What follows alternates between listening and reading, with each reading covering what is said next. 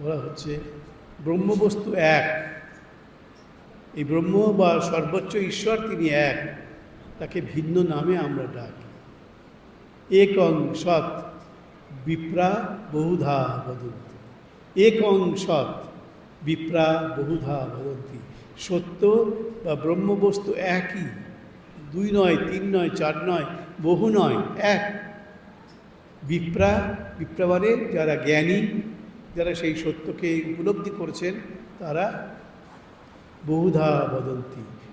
যার যেমন চিন্তা, যার যেমন উপলব্ধির তারতম্য, সে অনুসারে তারা তাকে বর্ণনা করেছেন, ব্যাখ্যা করেছেন। এটাই তো আসল কথা। শ্রীরামকৃষ্ণের যত মত তত মত হচ্ছে এই কথাটিতে আজকের দিনে সবথেকে সত্য বলে প্রতিষ্ঠিত হয়েছে। আর্নল্ড টয়েনবি বলে একজন বিখ্যাত ঐতিহাসিক, এই কিছুদিন আগেও তিনি বেঁচেছিলেন, তখন তিনি সারা পৃথিবীর মধ্যে একজন সর্বশ্রেষ্ঠ ঐতিহাসিক বলে স্বীকৃতি লাভ করেছিলেন। আর্নল্ড টয়েনবি তার 16 ভলিউমে লেসেন্স অফ হিস্ট্রি বলে একটি বই আছে আর্নল্ড টয়েনবি। তো তিনি বলছেন আজকের যে পৃথিবী, এই ধরুন 60-এর দশকে, মানে 1960-এর দশকে তিনি বলছেন আজকের যে পৃথিবী, এই পৃথিবী একটি ভয়ঙ্কর ধ্বংসের মুখোমুখি হয়েছে। সে একই আমরা এখনও তাই ভয়ঙ্কর ধ্বংসের মুখোমুখি হয়েছে। দুটো ক্যাম্পে এই পৃথিবী ভাগ হয়ে গেছে।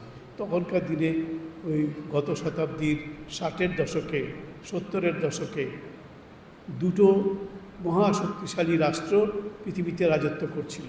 একটা হচ্ছে আমেরিকা যুক্তরাষ্ট্র,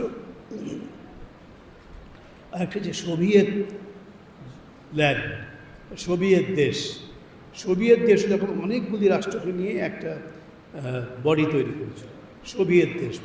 সেটা আজকে নেই, এটা একটু ভেঙে টুকরো হয়ে গেছে। এই গত শতাব্দীর 9-এর দশকে 1992 সালে ওটি ভেঙে টুকরো টুকরো হয়ে গেল। এখন সব আলাদা। রাশিয়া তার মধ্যে সবথেকে বড় একটা দেশ। এখন দেখুন রাশিয়ার সঙ্গে ইউক্রেনের